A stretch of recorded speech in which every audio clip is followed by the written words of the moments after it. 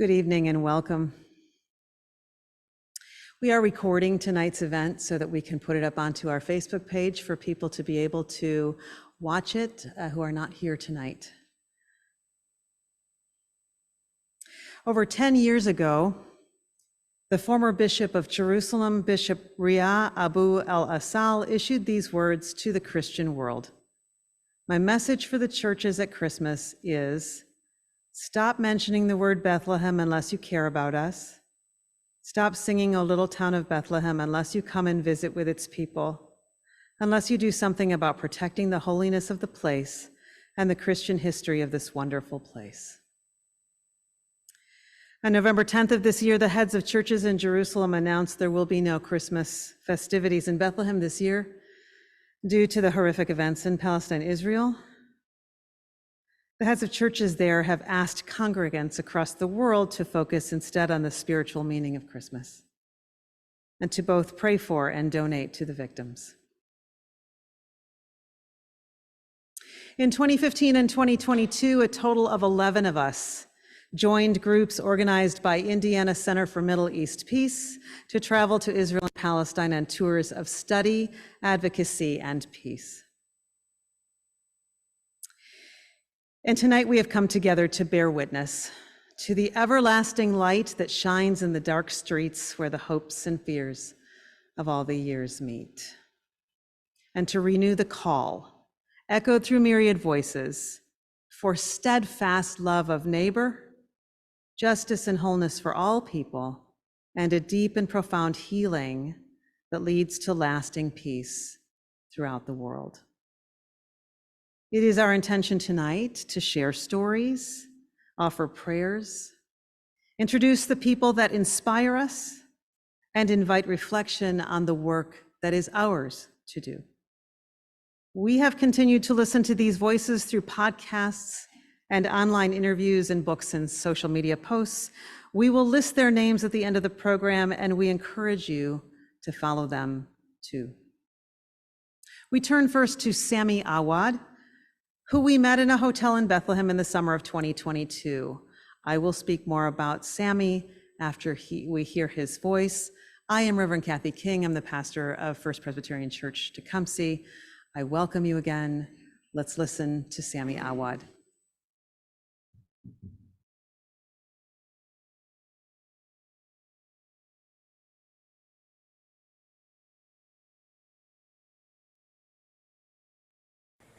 Well, one thing that I think is very important, and it's again a process of learning and developing, is to understand that as part of the human body,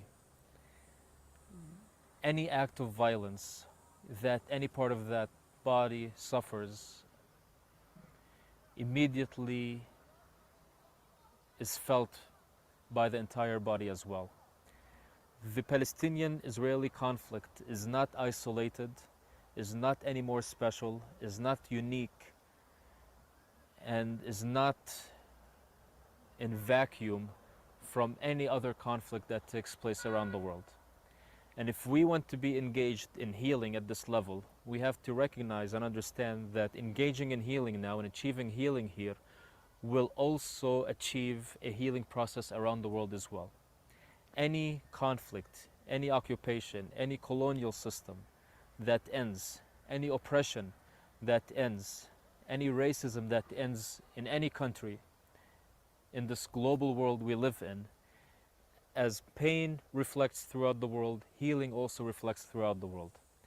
And if we begin to understand that we are all equal, we are all one as humans, and we begin to deal with these conflicts not in their isolation, but in their inclusivity as part of the global violence and conflict that we see, and our global desire to heal this body that is really dying of all of the violence and pain that it's suffering, then we begin to look at that future with new eyes. And we begin to look at that future where we see this global vision, where everyone in their identity is respected for who they are and is treated as equal and given equal opportunities like everyone else.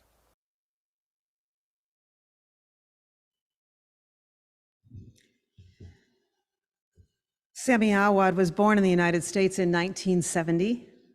His mother was from Gaza. His father's family was from Jerusalem. In 1948, his father's family's home was in a neighborhood caught in the crossfire between Israeli and Arab troops. His grandfather was shot and killed while waving a white flag on the roof of their home. And the family eventually fled to Bethlehem to live with other relatives. The Awad family are Palestinian Christians. His grandmother raised her family with a spirit of forgiveness, teaching them, "The soldier who shot your father did not know who he was, otherwise he would not have shot him." When Sammy was 14, his uncle opened a center in Jerusalem called the Palestinian Center for the Study of Nonviolence. And Sammy volunteered with that center as a teenager and a young adult. After acquiring a master's degree in international relations with a focus on peace and conflict resolution from the United States, Sammy returned to Bethlehem in 1996. As a Christian in Bethlehem, Sammy feels a deep solidarity with Jesus. The story of the harrowing journey of Joseph and his pregnant wife, Mary, that we are remembering again at this time of year, gave Sammy and his wife strength and courage as they navigated curfews and checkpoints with the delivery of their first child in 2002. When she was finally born in a Jerusalem hospital, they dedicated her in memory of all children killed in both Palestine and Israel. So we met Sammy after he had been an active leader in nonviolent resistance on behalf of justice for all in Israel and Palestine for over 20 years. So we asked him how his work and his spirit had evolved over the years. He said, "It was that fundamental teaching of Jesus, love your enemy. That passes through my mind 100 times a day." He didn't say we should think about loving our enemies. He doesn't say negotiate or talk to our enemies. He said we must love our enemies. What would it look like to truly and actively love like that? Over 10 years ago, Sammy concluded that for Palestinians to love Jews and for Jews to love Palestinians, there needs to be a mutual understanding of generational trauma and mutual and active commitment to healing. Sammy traveled to Poland and visited Auschwitz-Birkenau. He spent the night in an open grave, a small casket for a child. There he curled up and wept. And from then on, his heart changed. Sammy Awad facilitates small group workshops on trauma and healing around the world. He's hosted sessions with Israeli settlers and Palestinian refugees and IDF soldiers. He hosts seminars for groups of international young people, teaching empathy and humanity and global healing to the next generation. I am listening to his voice, and I am following his work. I am inspired in my own place to reflect more deeply on what it means to love my neighbor, to love my enemies, and to love all others. Within his own land, Sammy Awad is both revered and despised. He is a thorn in the side of those who believe that armed resistance is the only way toward peace. And in this, he finds great solidarity with Jesus. These are his words. I chose to stand against your hate and not hate you, to resist your persecution and not demean you, to overcome your oppression and not suppress you, to respond to your violence with nonviolence. I chose to speak loud and clear for freedom and life and not insult you. I chose love to be my motivation. And this love is not some romanticized love that makes me submit to you and give you my all. This love is not the love that justifies and excuses your actions. This love is my strength because it conquers my fear. Only in this love can we come together to break all systems of oppression and create the new. I invite Alex to come and share his reflection.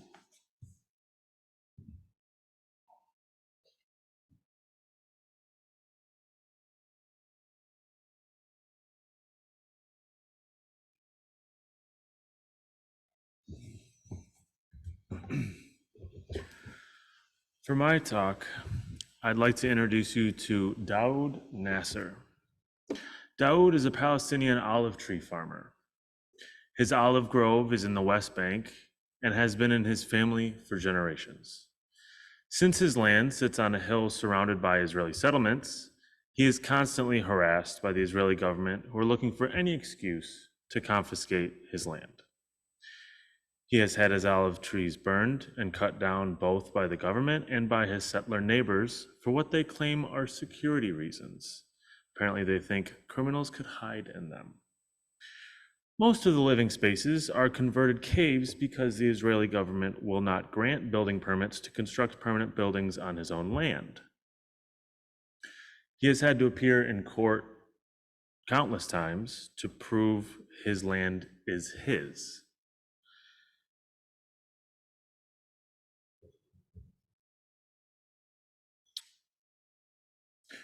Which has led to more vandalism happening when they know that he isn't around because he's in court. He used to give talks around the world to advocate for Palestinian land rights. But the risk of something happening while he's away has recently prevented him from doing so. Now, I say all of this to have us consider for a minute that if all this was happening to you, would you be justifiably upset with your neighbors, your surrounding community, with your government? But instead, what is his response? His family motto is, "We refuse to be enemies." He runs an organization with his wife called 10 of Nations that seeks to spread awareness of the Palestinian struggle while also serving tangible functions as well. His organization runs a summer camp where he brings together kids from different cultural backgrounds to envision a future of peace together. The organization also runs a women's educational center in a nearby village that focuses on career training and interpersonal dialogue.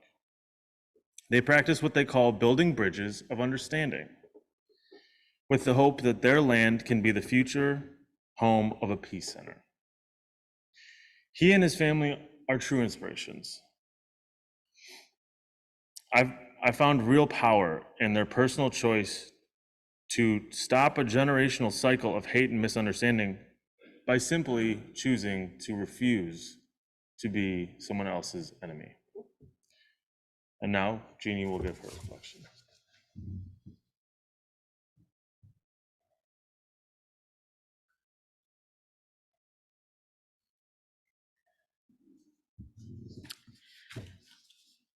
I'm going to read a poem written actually on October 17th of 2023. So recently after the terrible massacre that occurred on the 7th. And it was written by Rabbi Erwin Keller, who's from Sonoma County, California. And I just want to say I struggle with this, with the words of this poem. And as I was kind of practicing it before now,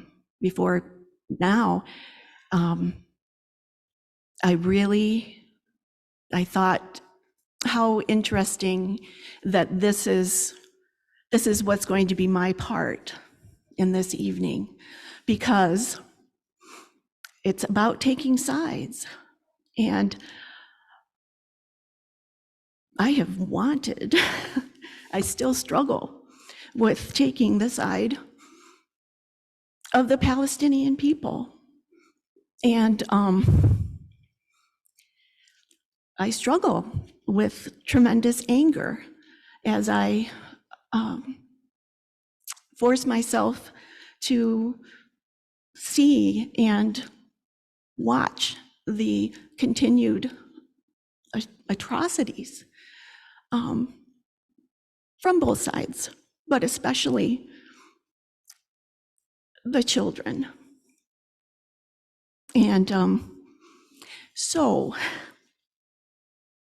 I find that this poem is a great reminder for me. And I hope that, again, it will provide a little perspective for you as well.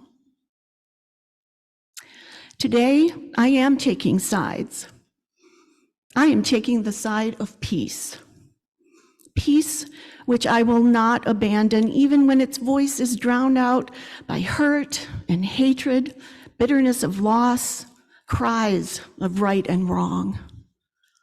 I am taking the side of peace, whose name has barely been spoken in this winnerless war. I will hold peace in my arms and share my body's breath, lest peace be added to the body count. I will call for de-escalation, even when I want nothing more than to get even. I will do it in the service of peace. I will make a clearing in the overgrown thicket of cause and effect, so peace can breathe for a minute and reach for the sky. I will do what I must to save the life of peace. I will breathe through tears. I will swallow pride. I will bite my tongue. I will offer love without testing for deservingness. So don't ask me to wave a flag today, unless it is the flag of peace. Don't ask me to sing an anthem, unless it is a song of peace. Don't ask me to take sides, unless it is the side of peace.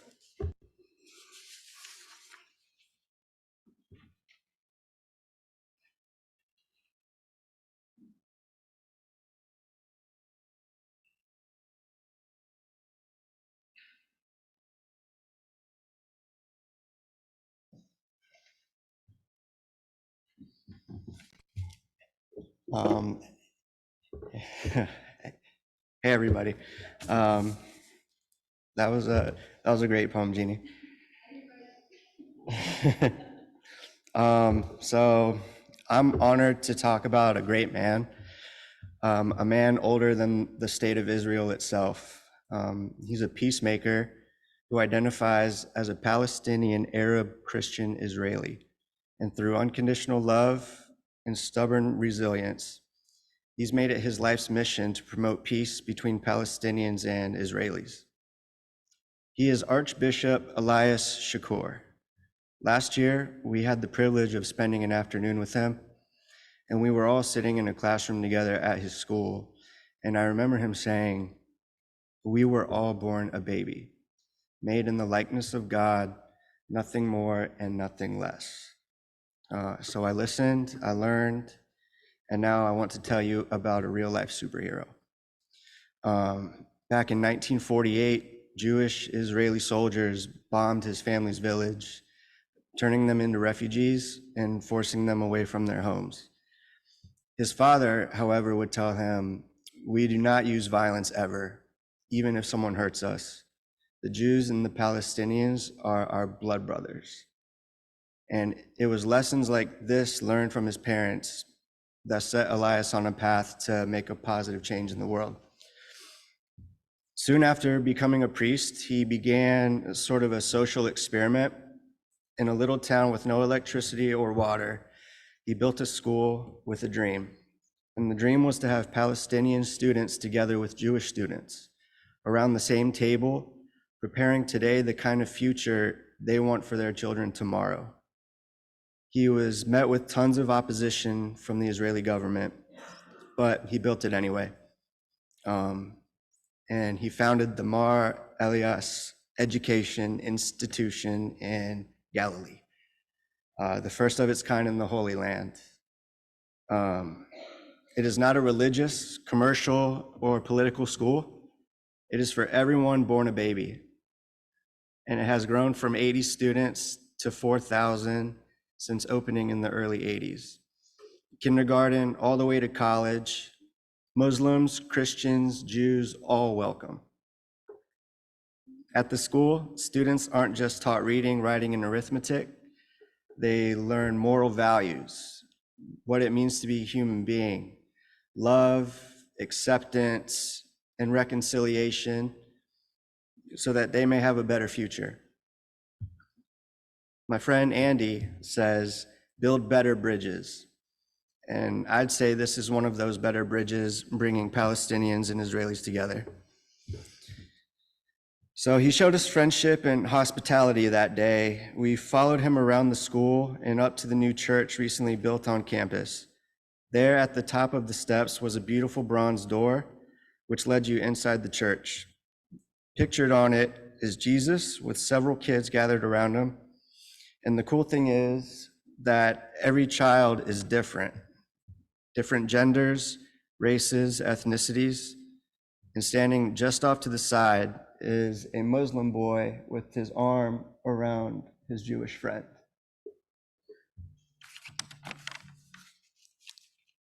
This is Shakur's vision for the future. This man is an inspiration. He's an example of what we can accomplish when we choose to act out of love. He's a living example of how we all have the power to make the world around us a little bit better. I want to end with one of his quotes. If taking our side, the Palestinians, would mean for you to start hating the Jews, or even to justify everything any Palestinian does, if that is your friendship to us, then we do not need your friendship. Because if you are one-sided, for one against the other, you reduce yourself to become one more enemy, and we don't need any more enemies. Become our common friend. Thank you.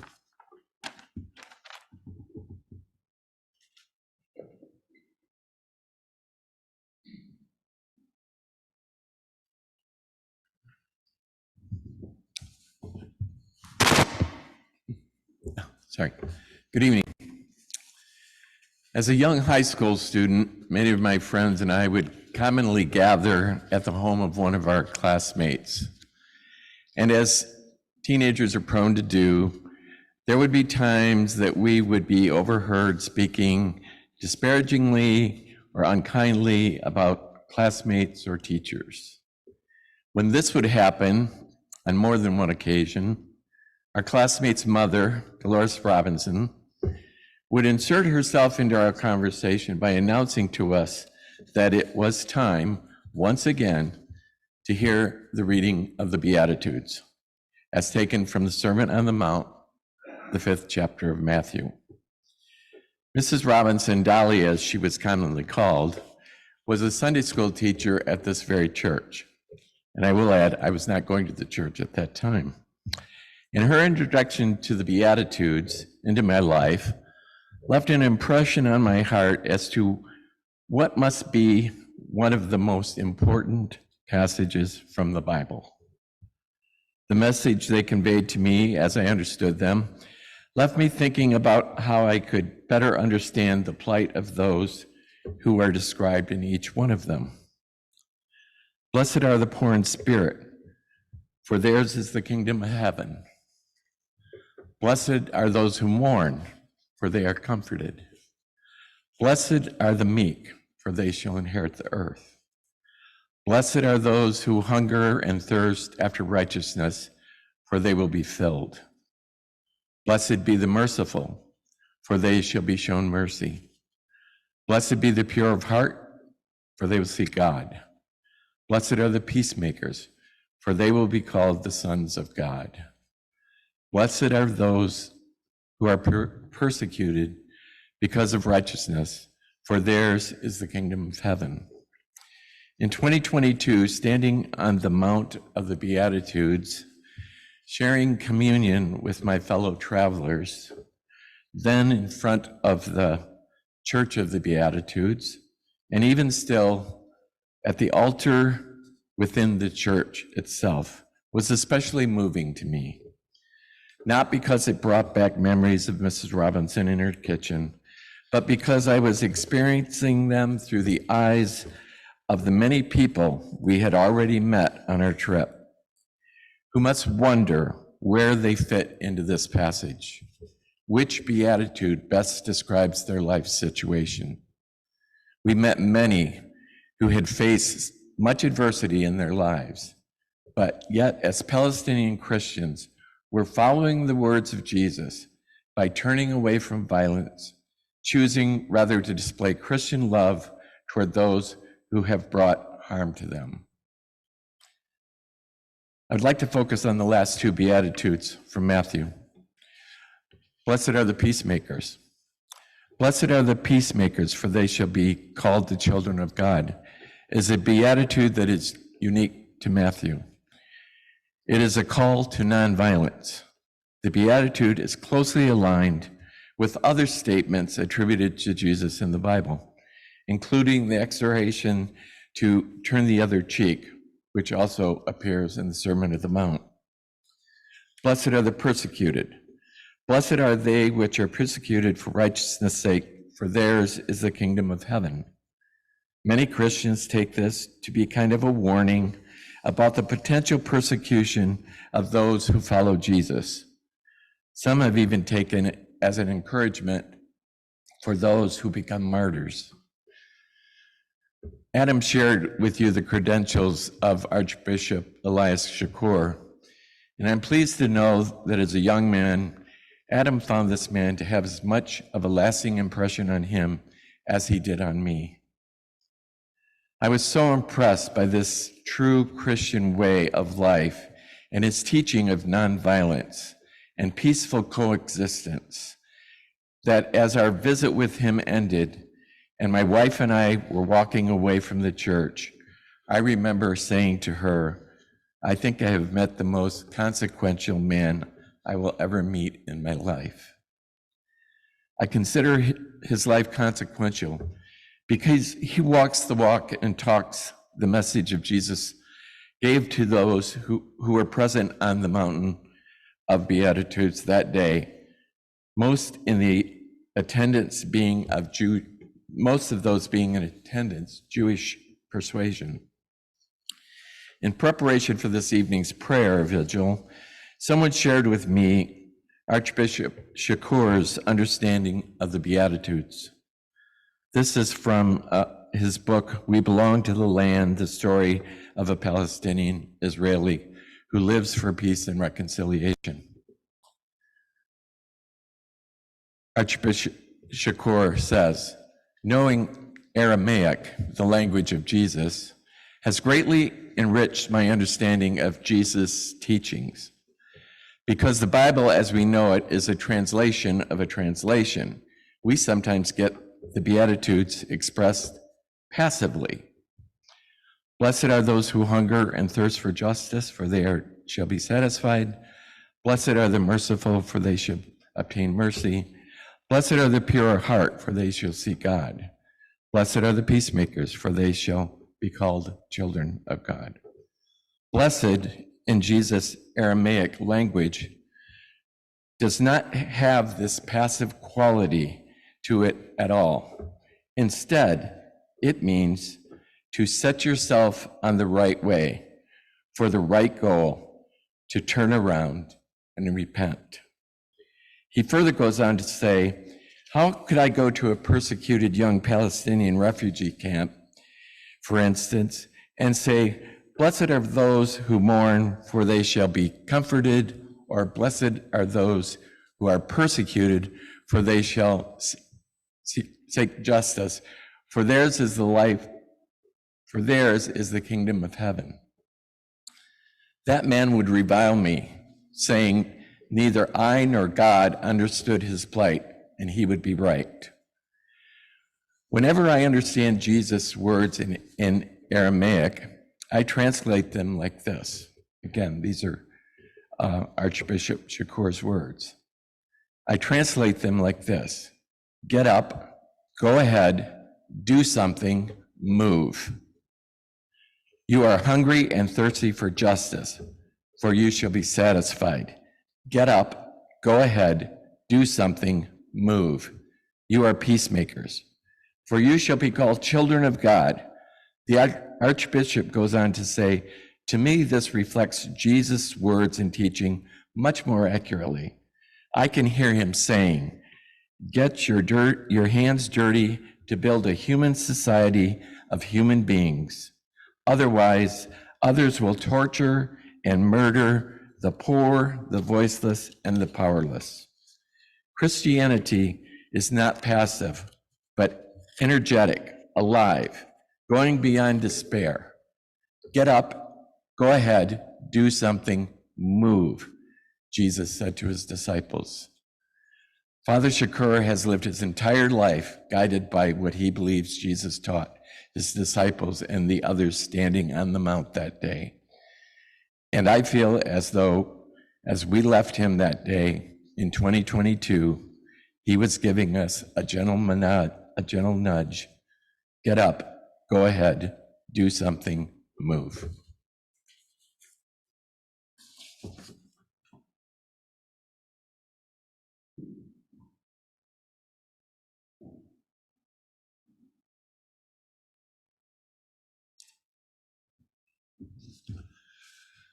I will keep my reflection short so I can introduce you to someone whose voice is much more important than mine. His name is Rami El-Hanan. He is the co-director of the Parents Circle Family Forum, a Palestinian-Israeli organization committed to peace and reconciliation. I first met Rami in 2015 when we went to Israel-Palestine. Then in 2016, he came with another couple from their organization and spoke to this congregation. During their visit, I had the privilege of driving them around southern Michigan, and I got to spend time with them in the car. I consider Rami a friend. I would like to yield the rest of my time to a short video of Rami recently being interviewed and commenting on current events. And then after this, another short video to introduce you to his organization and a couple of other members of the organization.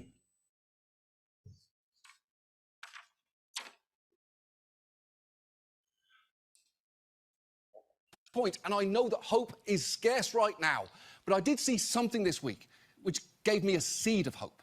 It involved this Israeli man, Rami El-Hanan, who lost his 14-year-old daughter to a Hamas suicide bombing 26 years ago. He actually co-directs a group called the Parents Circle with that Palestinian man that I showed you earlier, where parents who've lost children to this conflict get together to work toward peace. El-Hanan was asked if recent events had changed his worldview at all, and his response is worth listening to. You know, we are in a circle of blood for the last 75 years, and this is just another round. Nobody expected the viciousness and the cruelty of this round, but it was expected. You cannot put 2 million people in a box, close the cover, and expect nothing will happen. It will not stop unless we talk. You cannot annihilate Hamas. You cannot ignore 6 million people, Palestinians, living here in the Holy Land. And you cannot expect them to go away. They will not go away. We will not go away. We are doomed to live here together, and we have to choose whether to share this land or to share the graveyard under it. Exactly. You know, the hard part is to talk about Abir. In general, when we lose a family member, we said he was the best. He was clever. He was unique. She was a very ordinary girl. She's my daughter. I miss her everywhere, every day. My name is Bassam Aramin. I'm from Anata, East Jerusalem. I'm the spokesperson of the Parents Circle. The Parents Circle is a Palestinian-Israeli organization from more than 620 families who lost their beloved ones and are working together for peace and reconciliation and tolerance. I lost my 10 years old daughter Abir on the 16th of January 2007. I first met Bassam. There was a demonstration after his daughter was killed, And it was really to get the police to investigate.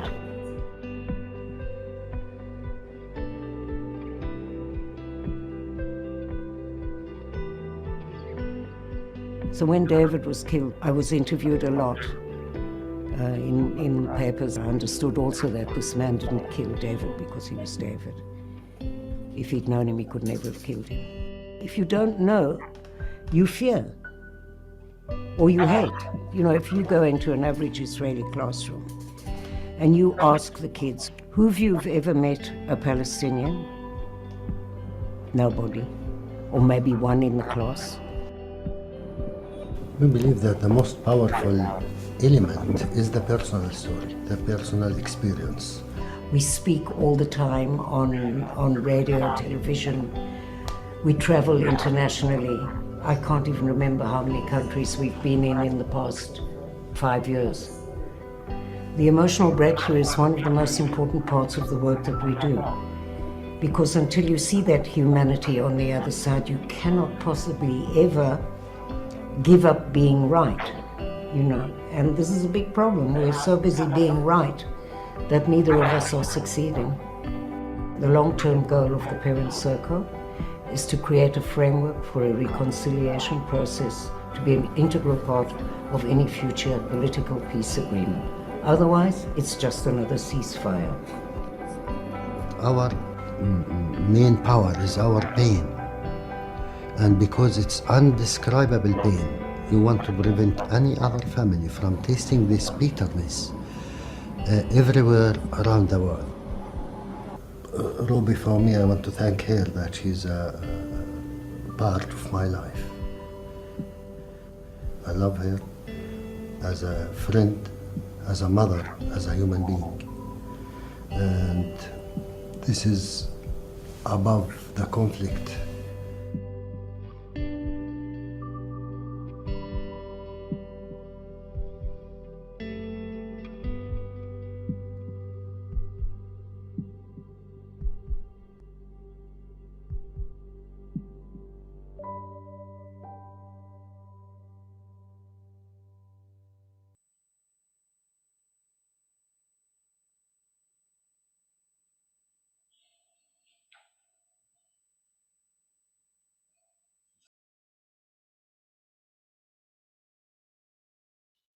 Good evening. My name is George Reesner.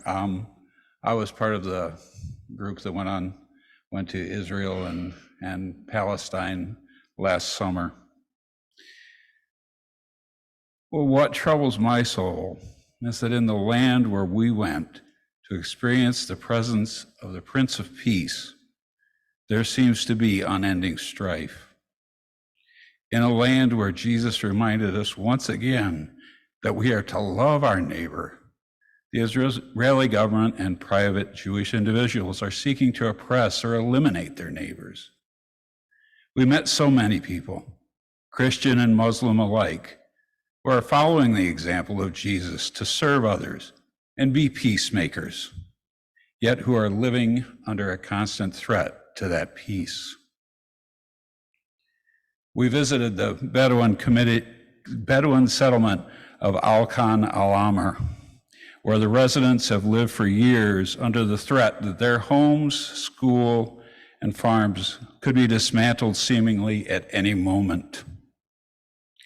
We were welcomed warmly by these hospitable people who only want a stable place to live in peace. Yet, they wanted to be in peace, but on our way to and from the bus, from the village, we walked through a landscape littered by expended tear gas canisters. But that was not an isolated occurrence. It also happened in the village of Belin. In Belin, again, we were greeted with hospitality and a meal. There's one of our guests' wife there waving us into our meal. But again, the signs of oppression were all around us. On a nearby hilltop, an illegal settlement built on Palestinian land was looming on the horizon, separated by a wall with a gate through which Israeli soldiers passed to attack peaceful demonstrations by the citizens of Belene and their neighbors. But they were determined to remain peaceful, even though many have been imprisoned, wounded, or killed. Imad Bernat, the brother of our host, Iad Bernat, who's pictured there, videotaped a years-long peaceful struggle to remove an Israeli-built barrier through the village's farmland. It eventually became an Academy Award-nominated documentary, 5 Broken Cameras, which I've seen twice and which I highly recommend.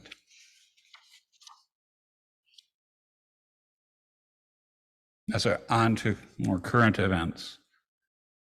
The October 7th attack by Hamas was a gut punch. Not just because of the terrible slaughter there, but I feared then and believe it has come to fruition that this would be a license for Israel to go after Palestinians with no limitations. At the time, a Facebook friend lamented the death of so many in Israel during the attack. I replied that it was very terrible, but that I was sure more Palestinians would be killed than Israelis that had died that day. I had no concept of how much I underestimated the coming human disaster. And I also wondered how this war against Hamas would affect the occupied territory in the West Bank, where we had visited and had met and learned to know so many people. And too slowly, the stories came out of increased oppression there as well. It gives me pain that so many of my fellow Christians, including, unfortunately, President Biden and my representatives in Congress, cannot see the injustice being done to Palestinians by Israel and the complicity of the United States government. I know there are many American Christians who share my view, but unfortunately, far too few, apparently. Let us all heed the call from God through the prophet Micah. He has told you, mortal one, what is good, and what does the Lord require of you? But to do justice, to love kindness, and walk humbly with your God. At the beginning of Advent,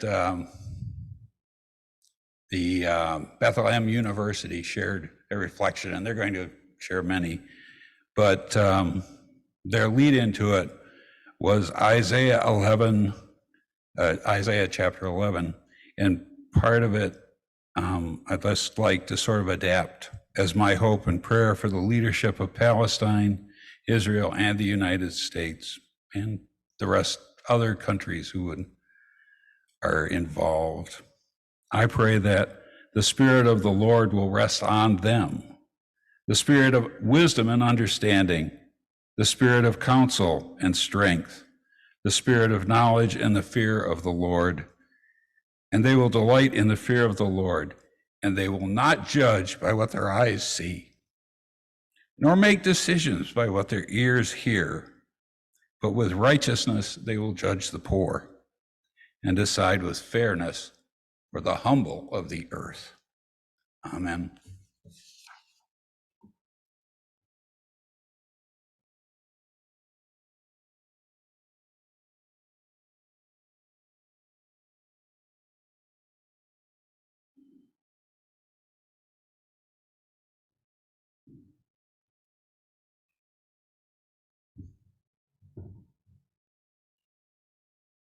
My name is Pat Schmidt, and I'm very happy to be here, and I'm so appreciative of everybody here and everybody viewing this later, viewing the recording later. And I'm so glad to see Cheryl Turkey here. There's been a lot of times that I've been thinking about how Chuck would be responding and feeling about what has happened recently. And I wish that we could talk to him about it. I wanted to share just a little bit of the happy and warm experiences that we had when we went there. I was part of the group that went in 2022 also. Um, um, I'll start with the food. Those of you that know me know that's really high priority for me. It was amazing. Also, the beauty of the land.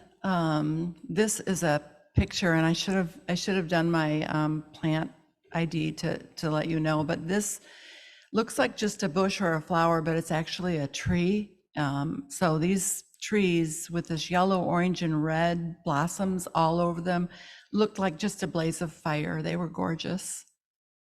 We also saw evidence of joy and love and talent. These were some young Palestinian dancers who did a very well executed and joyful dance for us while we had dinner one evening. And as my colleagues and my friends have shared, we heard people of all faiths working towards peace.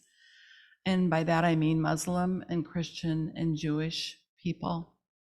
People that I just would call out, put their lives on the line by hosting us, by taking us in and talking to us, by being our guide on a bus. I think they quite literally risked their own safety in helping us see what was going on in the land.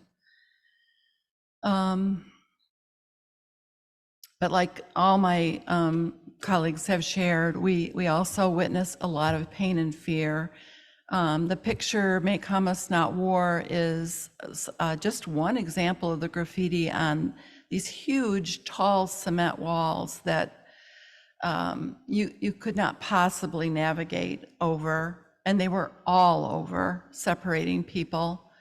But really meaningful graffiti, including Anne Frank, George Floyd, many people that have worked in the field of peaceful resistance. The middle picture is some barbed wire that ran all over the country, separating Palestinian area from Israeli manned areas. And then that last picture is of some Israeli soldiers, which really struck me because they were really young. They were probably 18, 19 years old, young people, and they carried very large machine guns, I guess you'd call them, or rifles, machine rifles. And we saw them everywhere. We saw them in malls. Can you imagine going to Briarwood Mall and having somebody walking around with a huge gun? We saw them in streets, and we saw them at checkpoints, and they entered our bus, walked down the aisle, and we all had to kind of be on our best behavior without mentioning some of the places we were going. We were told to just say that we were there to see the Holy Lands, which we were also.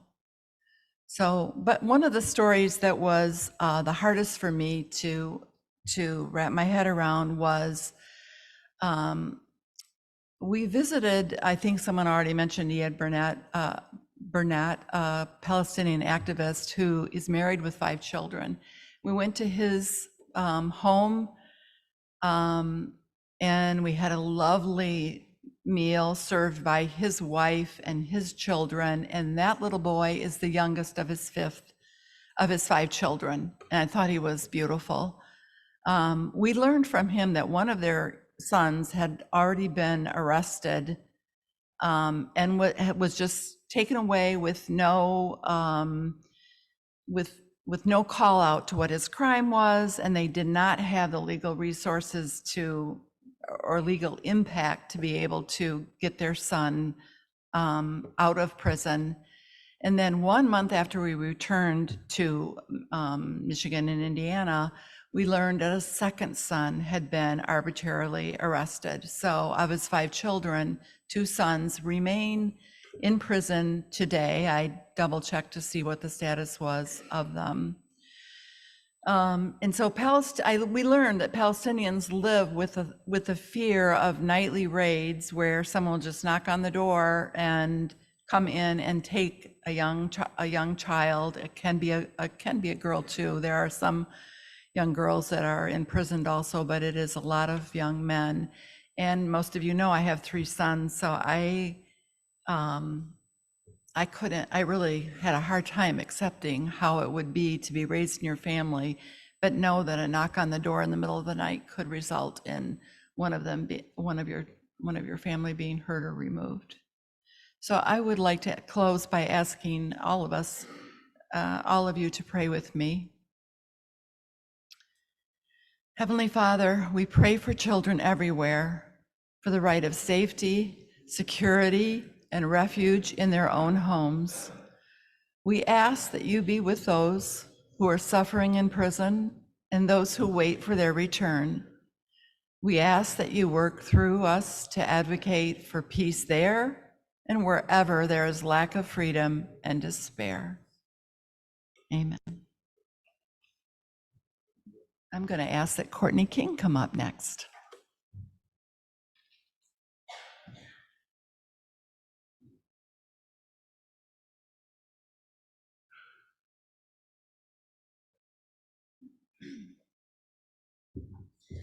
Hi, everyone. My name is Courtney, and I went in the summer of 2022.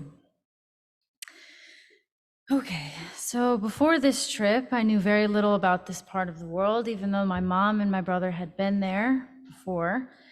It wasn't a part of me or my world. They were strangers. They were over there, and I was over here.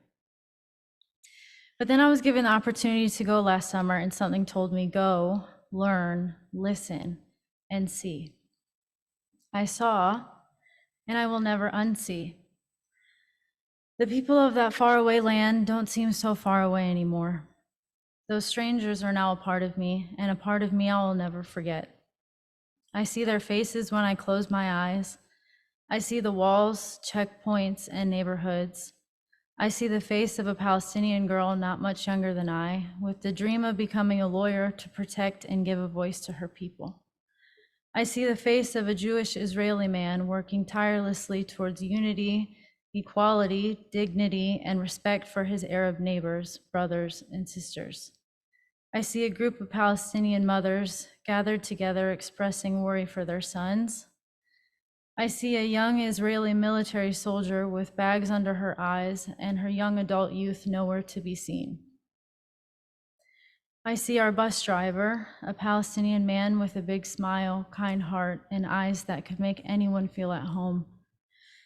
I see so many faces. I see so much pain, compassion, fear, determination, hope, sadness, courage, resiliency, and love. I saw them and I heard their stories. My heart had broken open and my world turned upside down. I didn't know what I could do. This past spring, my mom and I came across the book See No Stranger by Valerie Kaur. She's an American Sikh activist and civil rights lawyer who encourages us to see no stranger. Finally, someone gave me words for how I was feeling and what I could do. She encourages us to look at one another with wonder and say, you are a part of me I do not yet know. This has been my mantra ever since. Valerie calls us to dig deep and engage what she calls revolutionary love. She says, revolutionary love calls us to look upon the faces of those different from us as brothers and sisters. Love calls us to weep when their bodies are outcast, broken, or destroyed. Love calls us to speak even when our voice trembles, stand even when hate spins out of control, and stay even when blood is fresh on the ground. Love makes us brave. We are brave. The world needs our love. So I went there, and those strangers became a part of me. I'm connected to them and therefore to their well-being. So how can we create a united humanity in the midst of rising hate, polarization, and differences? We can start by seeing ourselves in others. breaking the cycle of us and them, seeing no stranger, seeing your family as my family, seeing someone different than I, stopping and saying, they are a part of me I do not yet know. Thank you.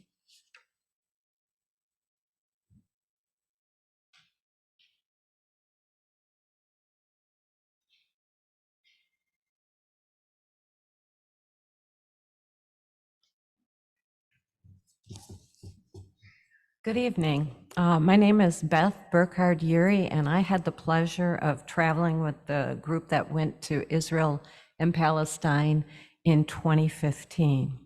I'm going to read a prayer for Israel, prayer for peace for Israel and Palestine. It's written by Rosemary Berger of Sojourners Magazine. She's a senior editor. And we have the pleasure and the honor of having Cheryl Gerke light our candles tonight. And we're very grateful to have her representing Chuck. And we also have Carol and John McConnell, sister and brother-in-law of Chuck, and we're grateful to have you here with us as well. They will not hurt or destroy on all my holy mountain. And that's Isaiah 11, verse 9. God of comfort, send your spirit to encompass all those whose lives are torn apart by violence and death in Israel and Palestine. You are the advocate of the oppressed and the one whose eye is on the sparrow. Let arms reach out in healing rather than aggression. Let hearts mourn rather than militarize.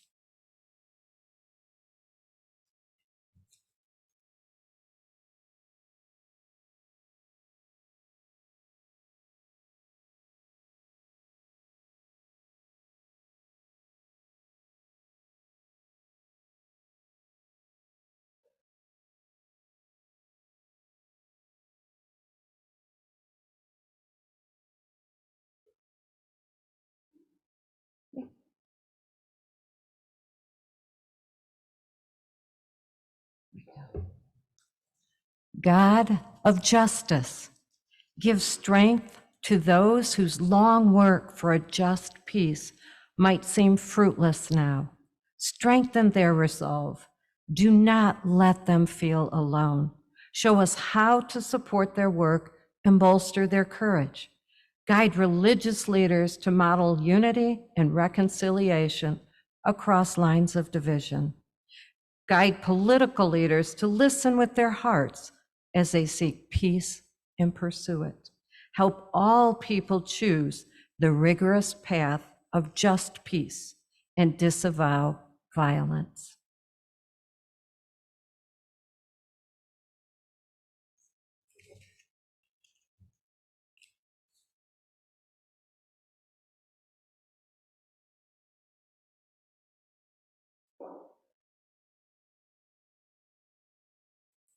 God of love, we lift up Palestine and Israel, its people, its land, its creatures. War is a monster that consumes everything in its path. Peace is a gift shared at meals of memory with Christians, Muslims, and Jews. Let us burn incense, not children. Let us break bread, not bodies. Let us plant olive groves, not cemeteries. We beg for love and compassion to prevail on all your holy mountains.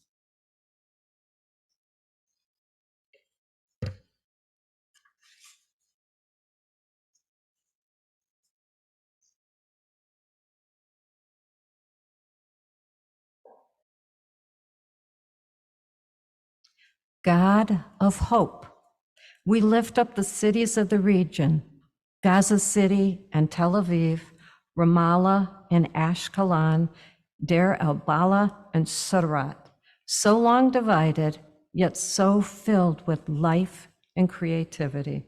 Come again to breathe peace on your peoples that all may recognize you.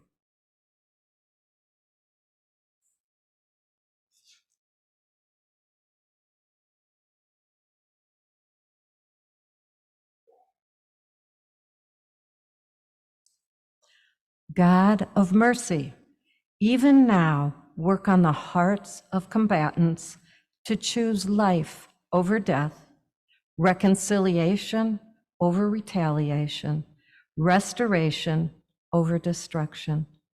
Help us to resist anti-Semitism in all its forms, especially in our own churches.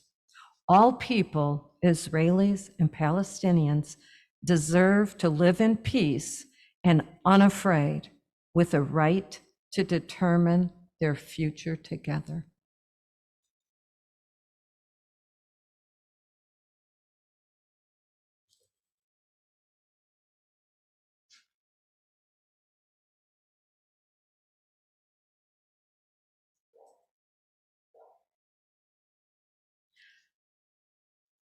God of the nations, let not one more child or elder be sacrificed on altars of political expediency.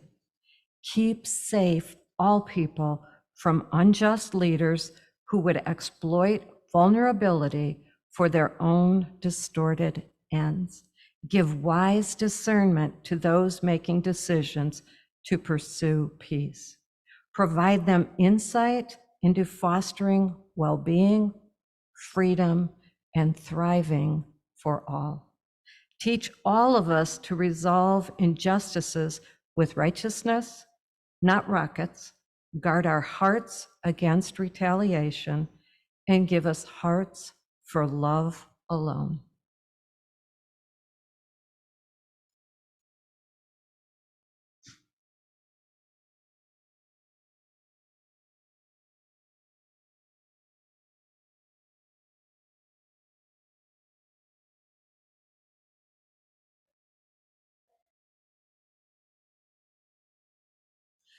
Strengthen our faith in you, O God of all flesh, even when we don't have clear answers, so that we may still offer ourselves nonviolently for the cause of peace.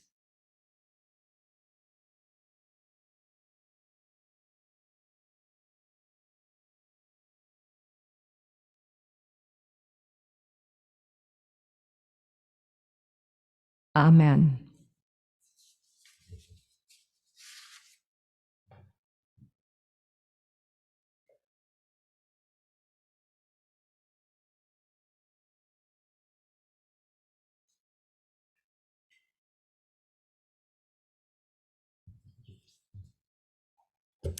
I would like to ask those who traveled in 2015 to please stand. Jeannie and Beth and Alex and David, and of course, Chuck.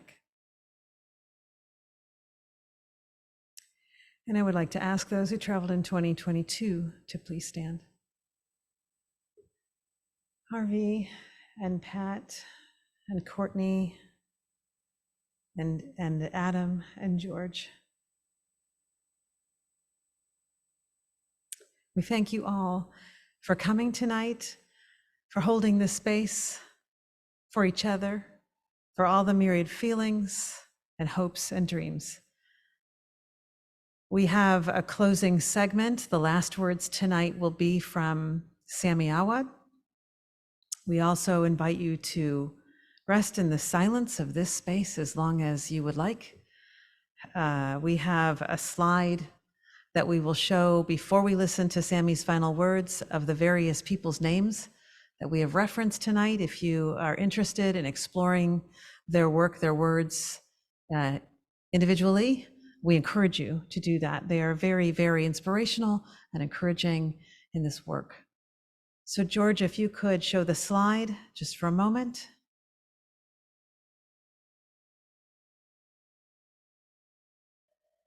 Only a subset of the people that we met. Of course, we didn't meet Valerie Carr, not met Rabbi Erwin Keller, but the others we did have the opportunity and the blessing to meet. And you can find them if you Google their names, if you Google their organizations, you can find them and read. They're posting now, posting on Instagram, they're posting on Facebook. They are speaking still where they are with encouragement and hope. And so we will listen to Sammy Awed's final words, and then I invite you to remain in the sanctuary in silence. When we leave the sanctuary and we go into the gathering space, we can resume conversation with one another. Thank you again for being here tonight.